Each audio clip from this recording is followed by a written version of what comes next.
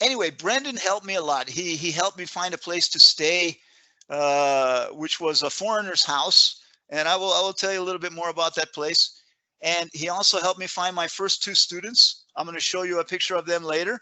They were two private students, and they ended up having class with me every Wednesday night for 6 years. They were my loyal students.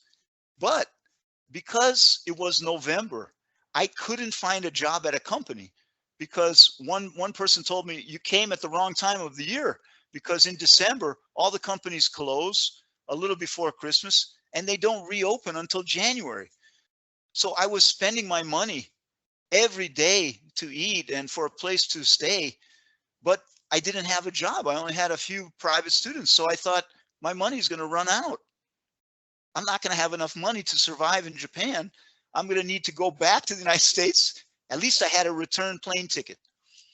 So one night, after 1 month, I was walking to the subway station. Every subway train costs $3, $4, $5. I was looking for a job. I was a little bit depressed, and I looked at the ground and I saw a wallet. I think in Portuguese, carteira, right? Carteirinha, on the ground.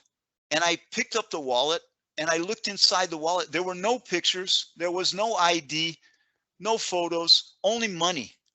And I thought, this is unbelievable. I was outside a small train station, and I also saw a police station right now, or a police box. They call it a koban in Japanese. So what should I do? Should I return the money at the police box, or should I keep the money? So I was very nervous. I didn't know what to do. I know the Japanese are very honest. Of course, most Americans are honest too, but I was desperate. So I got on the train. I was holding the wallet inside my jacket. And I went to this small apartment where I was staying. I kept the money. I counted the money. There were 120,000 Japanese yen. 120,000 Japanese yen is about 1,000 US dollars. And Ooh, there the was, same amount as I said, you had when you arrived. the same amount that I had, a little less than when I arrived, but it was enough to survive. So the next week, the next day, I asked my friend from Germany, do you think I should have returned the money? He said, no, because if somebody loses that amount of money and they don't have any ID or any pictures, they don't really want that money. It was fine for you to keep the money. So I kept the money. I didn't feel too guilty, and I survived for 1 month. And then I got a job at a Japanese American company where I stayed for 6 years. Next slide, please, Luanda. You needed help. You received it. Oh, sorry. Let me say one more thing. Yes, I did. Let me say one more thing about the money. When I returned to this gaijin house, can you go back one slide? Sorry, Luanda. I know everybody's busy, but I'm going to keep going for a little bit longer. Go back one slide to show the money again, if you don't mind, because I just want to show you. Yes.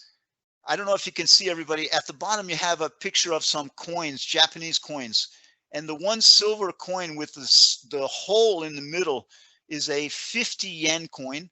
It's probably less than $1 US, less than 5 reais.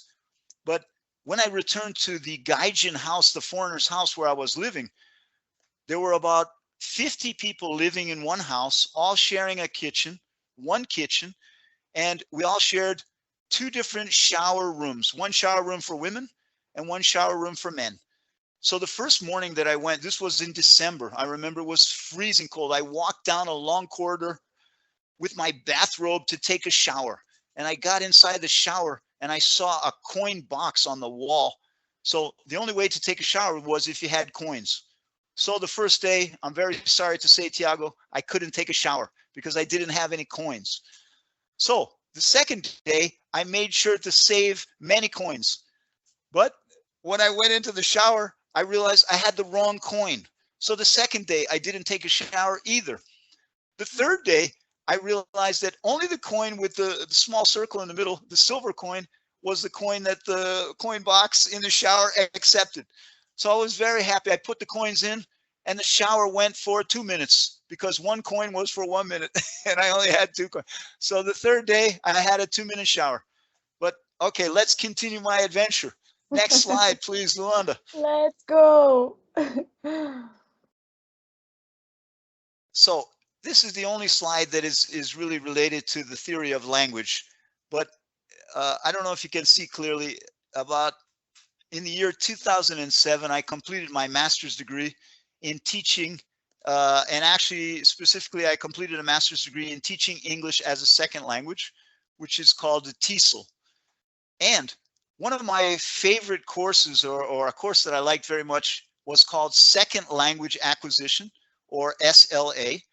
And this is it's really a course about linguistics, but it's about how people learn language as adults. Not your first language, because you learn your first language as a baby, right? And you don't have the same brain that you have when you're an adult. When you're a baby, you have a very soft, flexible, adaptable brain. When you're a kid, you learn everything very fast without any censorship. But when you become an adult, I think all of you know, and you try to learn a second or maybe a third language, you have a lot of interference from your first language.